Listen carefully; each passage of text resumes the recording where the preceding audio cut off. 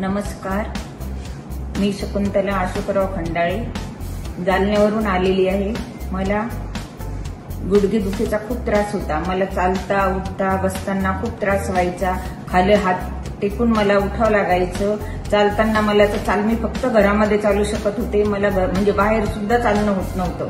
चालताच येत नव्हतं मला, म्हणजे पाय सांधे खूप दुखायचे माझे। मग मी इथं नगरला भालेराव सरांकडे आले। भालेराव सरांनी मला गुडघेदुखी म्हणजे सांधे बदलायला सांगितले। तर मी 4 महिन्यापूर्वी एका डाव्या पायाचं सरांनी ऑपरेशन केलं।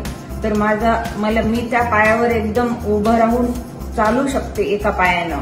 त्या पायाला काहीही त्रास झाला नाही। मी जवळपास 15 दिवसातच इथून पूर्ण टाके कोरडे निघले। टाके काढून गेल्यानंतर मी माझी चालू लागले एका पायानं, त्याच्यावर जोर देऊन चढणं उतरणं। मग मला त्या पायाचं झाल्यानंतर मी दुसऱ्या पायाचं आज 15 दिवस झाले मी ऑपरेशन केलं।